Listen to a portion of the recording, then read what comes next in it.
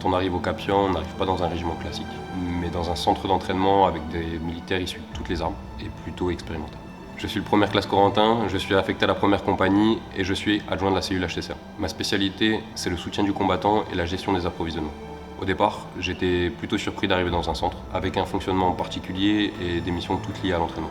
Et finalement, j'y trouve totalement mon compte, parce que j'ai la chance de travailler avec une certaine autonomie. Par exemple, lorsque je dois parfois remplacer mon supérieur. Je me suis engagé il y a un peu plus d'1 an et je trouve que j'ai un emploi assez valorisant pour un jeune soldat. Par exemple, je suis responsable de la mise en œuvre du simulateur du tir de régiment. Aujourd'hui, je prépare mon CME ainsi qu'un départ pour la mission Sentinelle. Au final, à long terme, j'envisage une carrière de sous-officier ou bien rester EVAT au CAPSA 51e régiment d'infanterie. Parce que j'y trouve une qualité de vie personnelle et professionnelle plutôt satisfaisante. Je suis de première classe Marion et j'ai rejoint l'armée de terre il y a bientôt 2 ans. Et aujourd'hui, je suis pilote Serval au sein du CFEU. J'ai décidé de m'engager après avoir obtenu un bac général. Et initialement, je pensais être affectée à un poste administratif.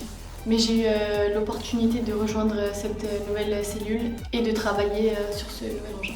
J'ai passé le permis poids lourd en juillet 2022 et aussitôt après la qualification en Serval. Mon travail au quotidien, c'est de participer à la réception des blindés, à leur mise en service et à leur vérification de bon fonctionnement. Je mets aussi à profit mes connaissances administratives au sein du CFPU en me chargeant des missions de secrétariat. Il faut savoir faire preuve de polyvalence pour assurer toutes ces missions. Mais au CAPSIA, on a une programmation plutôt claire et ça nous permet de pleinement nous concentrer sur notre travail. Tout ça, pour moi, ça représente une expérience solide et valorisante et je pense rester militaire pour les prochaines années.